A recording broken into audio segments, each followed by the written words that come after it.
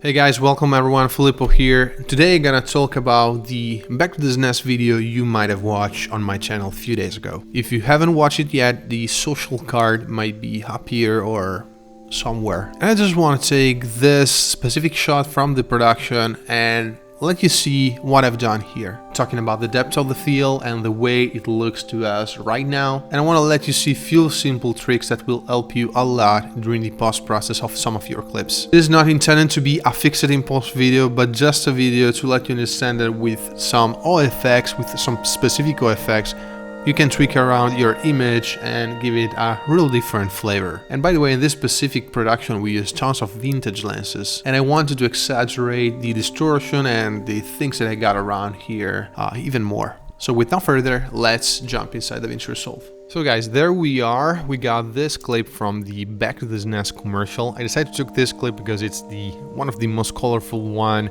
Real cool shot, even if we got this little bump right here that we could stabilize later, by the way.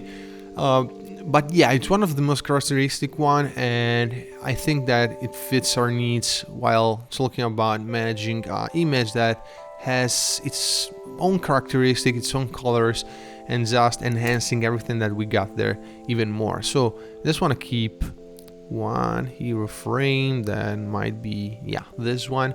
And I want to tell you what I did here, and the thing that I did here should have been or could have been splitted also with the usage of groups. So if you're just grouping clips around, you could just take the base noise reduction and my IDT, and by the way is my input that is transcoding my Canon C2 Unreal C log 3D color space into an Unreal Alexa log C, and then on my ODT I got my log C that is transcoded to Rec 709 for this specific video. Then I got my noise reduction if needed, I want to select it for this one, and my base that is actually a little exposure fixture and a little, you know, white balance fixture. I normally do this kind of regulation on my node tree as a starting point, and everything that we will be doing might be, you know, save it as still and paste on all your different clips, or just use split on pre and post group for your clips, for your clip groups, even because it might be handy for you splitting one part and the other to the pre and post clip. For this specific video, I will be doing everything on a singular structure that you might reuse on, you know, different clips. It might be handy if you don't have too many cuts. So I will be starting, I normally start by relighting and by shaping the look of my image mainly. I will normally start with parallels just by shaping things around, the lights around, but for this specific video I won't be working with parallels, but I will be working with layers. And for layers I will be changing the composite mode from normal to soft light. Why is that? So as you can see, from normal to soft light we have a really different reaction of our clips. One from the other is creating more contrast and more depth into it, and I just want to take it for this specific video just to reshape a bit our lights around. And I'll be also working there with curves and not with my wheels, just to be more accurate on my point. If I want to tweak just specific zone, I might do the same thing with HDR, but just to be faster and to let you understand the method and the baseline, I will be doing with the curves. So I'll be starting just by focusing my attention on the upper lights right there, and I just want to crank this a bit down, just create just a bit of contrast, just a soft touch of contrast, and just lowering down the blacks and the gamma right there. And I want to create a shape, invert it, and just take it like a big V-neck here as a starting point. Then I'm gonna create another layer, and for this other layer I'll be doing the exact same thing. So I'm gonna copy that and paste it, but I want to play it on a more inner zone like this one, and I want to change a bit my curves. Okay, so as you can see with these blending methods we're kind of working as we were doing with parallels, but actually we are tweaking things around with a different composite mode, and my contrast and the tweaks that I'll be doing will be merging them together by creating really stunning effects and unique effects that with parallels won't work in the same way, because you can't change the way the composite mode is affected. So that same thing, I might want to fix even more of this just in the center. I want to exaggerate it like this, and I just want to have it like this. So as you can see, by blending them together, our lights, it's, you know, working in a real different way, and our eyes are watching everything in a real different way. So another layer, and on this one I want to create a direction from these two lights here. So I just want to create a shape from there, pretending it's from here, generated from these two. From this one I want to crank them a bit down, and I'll be creating an outside node, and on my outside I will be cranking this even downer on this upper gamma highlight part.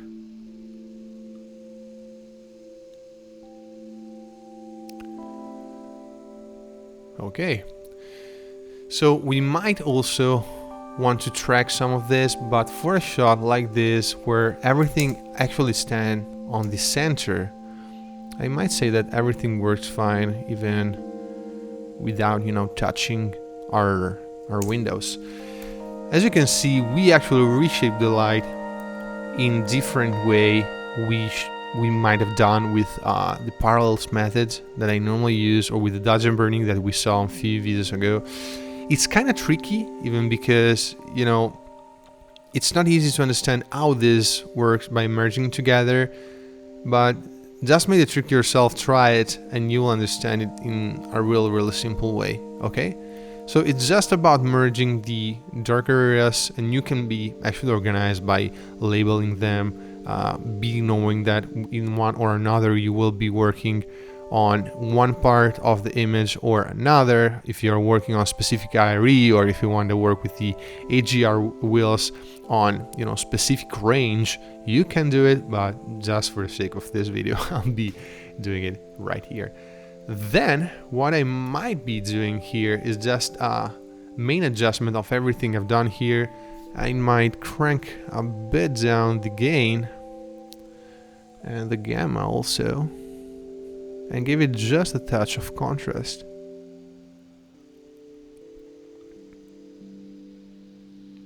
Like this, and a touch of mid details. Here we go. And everything is properly blended and ready for a look. If you got a series of clips that are actually similar, you might take all this and just dragging on your pre-clip with the IDT, the bass and noise reduction, or you can actually paste it and just change every time the shape of your power windows. By the way, you can just unselect one of these and just say, okay, let's just work with the wider ones on the pre-clip, and just take one of this with the same method, just, you know, working selectively clip after clip. But yeah, it's up to you. And after this, I just want to condense with parallel the color of, you know, my own image. Before doing a parallel, I want to do it on one singular clip with the U versus U right there. I want to pick my greens, my blues, and I just want to condense them all together. So I might say I want to also change a bit of my skin tones out there. I just want to preserve them. Pick one specific color and just, you know, try to translate the other color that I got from there. I might say that, and also I might read. Let me see. Yeah, you might see that this part was a bit different from the wall, and right there I can just take it, and as you can see, transcode it a bit into these reds. Okay, before and after, you can see the whole difference that you got from these ones here. And we can also make the same thing with the greens and the cyans. So same thing here. This is one of the side. A cool point might be more on the green side or on the blue side, but I might say on the blue side it's working a bit more. And I'm just generating the exact same color. We're just going against this, peak that we're going here. And by the way, I got my skin tones here that are a bit weird right now, so let me just pick them. Let me show them on the vector scope. Yeah, a bit of set. But they look good to me. Okay, so the before and after a little touch of hue versus hue. And I will work also with colors right there by making another petal. And again, now I'm gonna work with the hue versus saturation, so same thing. But this time I want to saturate this. Again, we could take this point and just be really safe for our skin tones. Again, guys, I tell this like every time I work with keyboard for all you that are watching me. By doing this stuff with the panel will be super fast. So sorry for this. And I want to crank also the situation right there.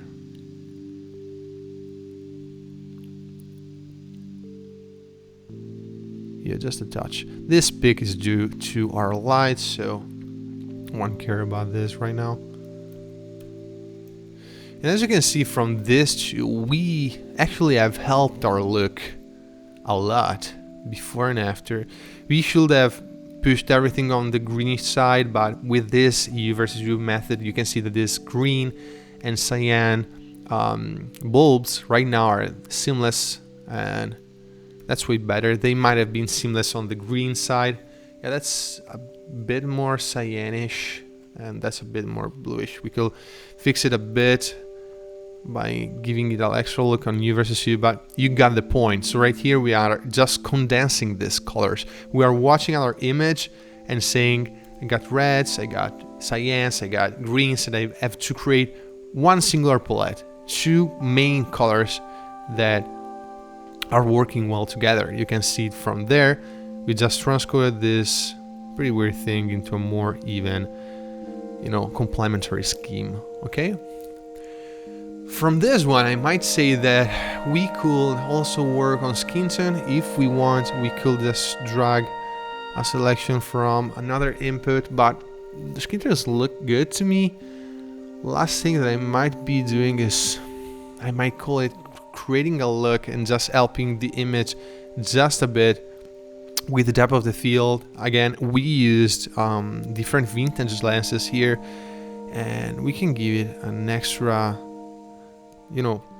particular touch. By the way, about the look, I might say that we will work with just one single serial, just by going with the gain on one direction. I just want to push it a bit on the cyan side, and with the gamma on the opposite side to cancel a bit of this. Yeah, like it's taking a beat of reds, and might say with the lift, but it will be, I also want to crank a bit down the gamma, by the way. With the lift, I might cancel some stuff from the blacks, but blacks are already a bit black, already cool. Might work with the shadow a bit, so let me just watch the shadow area. No, these were clean. Maybe a bit more there. Yeah, super soft touch. We just filtered in a bit more of reds on the gamma, maybe a bit less.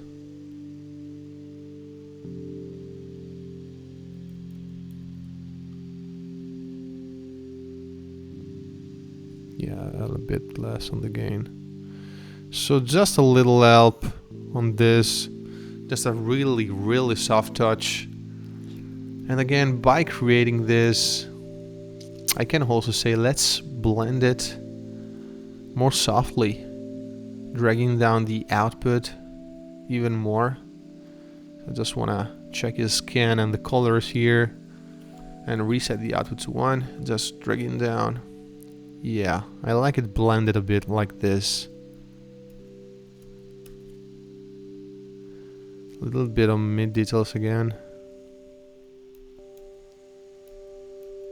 Yeah, I'm fine with it. That's cool to me, so let's check what we did here. Tons of stuff, by the way. A really great translation just with the U and with this little look right here. Again, normally for all these steps, we can just divide them, label them, and just use them on groups. Always remember that you want to create a structure that works for the whole project and not just for one single clip. So having this in mind, I want to finish it just by creating the last, well, so let me rename it just for you guys. Look, got it. Here we got a U treatment, got a contrast, overall contrast, and then you got our dB. Let's call it dB. Here, I want to do 2 main things. First one, I saw this 50,000 miles away, so it's merge this glow with a specific radial blur. Shine threshold, not too much, but from this might be working good. Spread on a midpoint, and the ratio, it's cool as it is. Our CST on the output is taking care of this. Really nice, really good. And I want to create a parallel. I want to work with the glow with my beautiful, I might say radial blur, but also lens blur might work fine. Let me check with the radial blur what I'm gonna say. Yeah, on the original project I used the radial blur, just a touch of this, and just check this out. I want to exaggerate a bit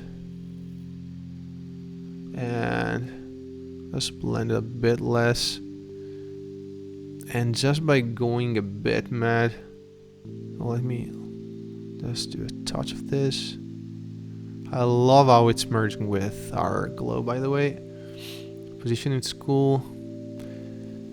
We might create a mask here if you want just to smooth it out even more. So we got our radial blur here, and I also want to create a matte thing as the last one. And want to call it lens. And with this last one, the lens blur, I just want to emphasize what I've did here. Little bit of this blur size, just being really. Let me exaggerate this just to see how it will work with the anamorphism. We're just tweaking things around to see how it might look. A bit of chroma shift might be cool also, and the highlight up. Let me exaggerate this just to see what it's doing in a better way. Yeah, I like what it's doing with the chroma shift.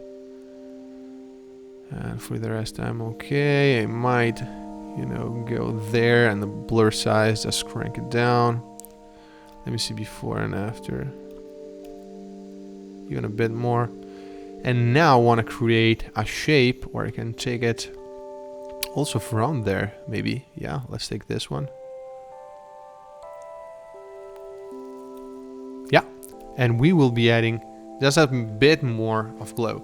So again, guys, a really big structure like this one might be separated on different group, might be organized in a different way, but I'm just letting you see that you can tweak few things around in the proper way and just, creating a really stunning image with a really appropriate look by, the starting point that we had right here, and helping the cinematography and the effect, if you want, with something more and something different. These are things that a DP or a director might ask you, and you can add them or just unselect them and go with the normal cinematography.